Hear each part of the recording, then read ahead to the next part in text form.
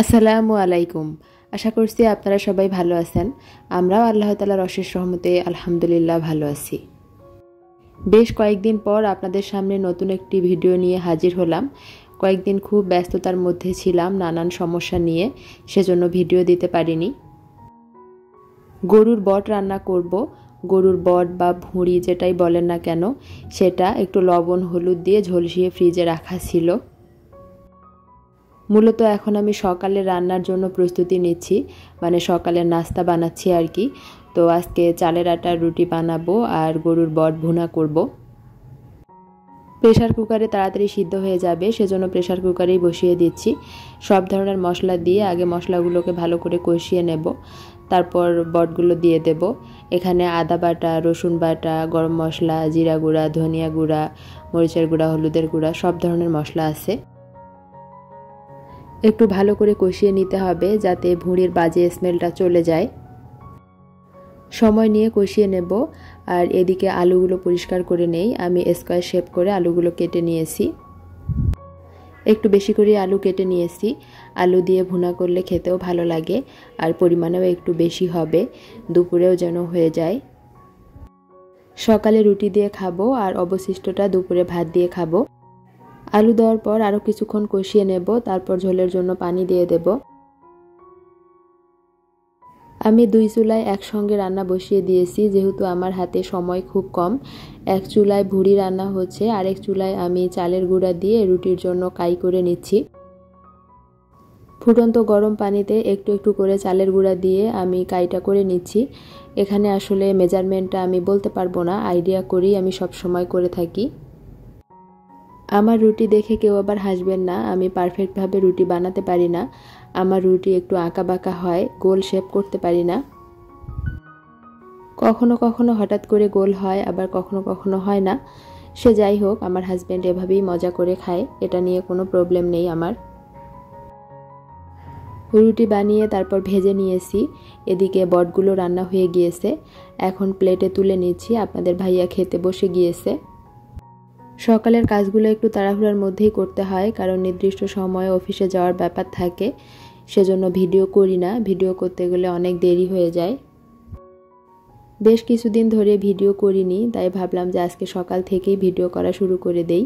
আপনারা অনেকেই আমার জন্য অপেক্ষা করছেন, অনেকেই কমেন্ট করেছেন, আমার খোঁজ খবর নিয়েছেন। আমার ভিডিওটি এখনও যারা দেখছেন, আপনাদের যদি আমার ভিডিওটি একটু ভালো লেগে থাকে তাহলে প্লিজ আমার ভিডিওটিতে একটা লাইক দিয়ে দেবেন। আপনাদের ছোট্ট একটা লাইক আমার অনেক উপকারে আসবে। আপনাদের ছোট্ট একটা লাইকের মাধ্যমে আমার ভিডিওটি আরও অনেক মানুষের কাছে পৌঁছে যাবে।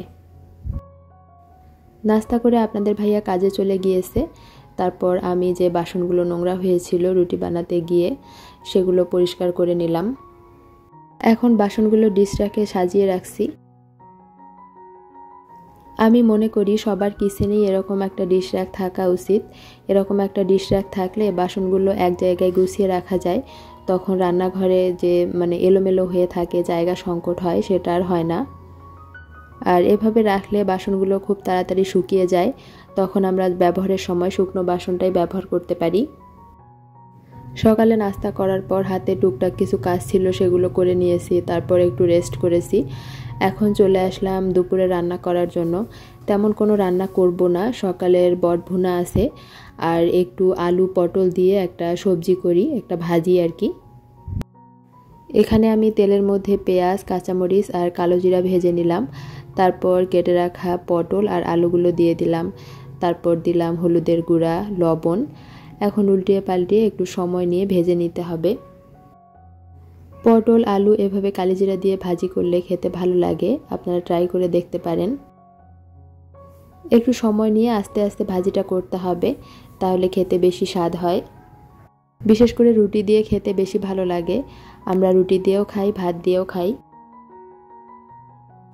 আপনাদের মধ্যে যারা আজকে আমার চ্যানেলে প্রথম এসেছেন, আমার ভিডিওর কোথাও কোনো অংশ আপনাদের যদি একটু ভালো লেগে যায় তাহলে প্লিজ আমার চ্যানেলটির পাশে থেকে যাবেন, আমার চ্যানেলটিকে সাবস্ক্রাইব করে দিবেন।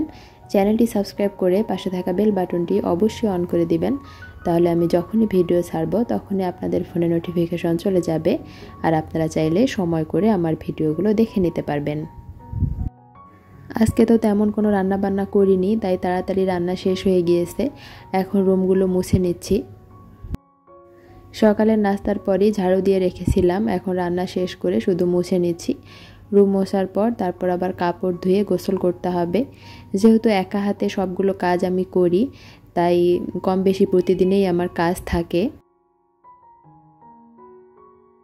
দুপুরের খাওয়া দাওয়া করে তারপর ঘুমিয়েছিলাম। এখন সন্ধ্যাবেলা, আপনাদের ভাইয়া বাসায় আছে, ওর জন্য একটু চা বানাচ্ছি। ও বাসায় থাকলেই চা বানাই, ও বাসায় না থাকলে চা বানাই না। আমি মশলা দিয়ে দুধ চা বানাচ্ছি, একটু ঘন দুধ দিয়ে। এরকম মশলা দিয়ে ঘন দুধের চা খেতে আমার কাছে বেশি ভালো লাগে। আমি রং চা বেশি পছন্দ করি না। আমরা নিয়মিত চা খাই না, শখ করে সপ্তাহে 2-1 দিন খাওয়া হয়। চা স্বাস্থ্যের জন্য বেশি একটা ভালো না, তাই এড়িয়ে চলার চেষ্টা করি।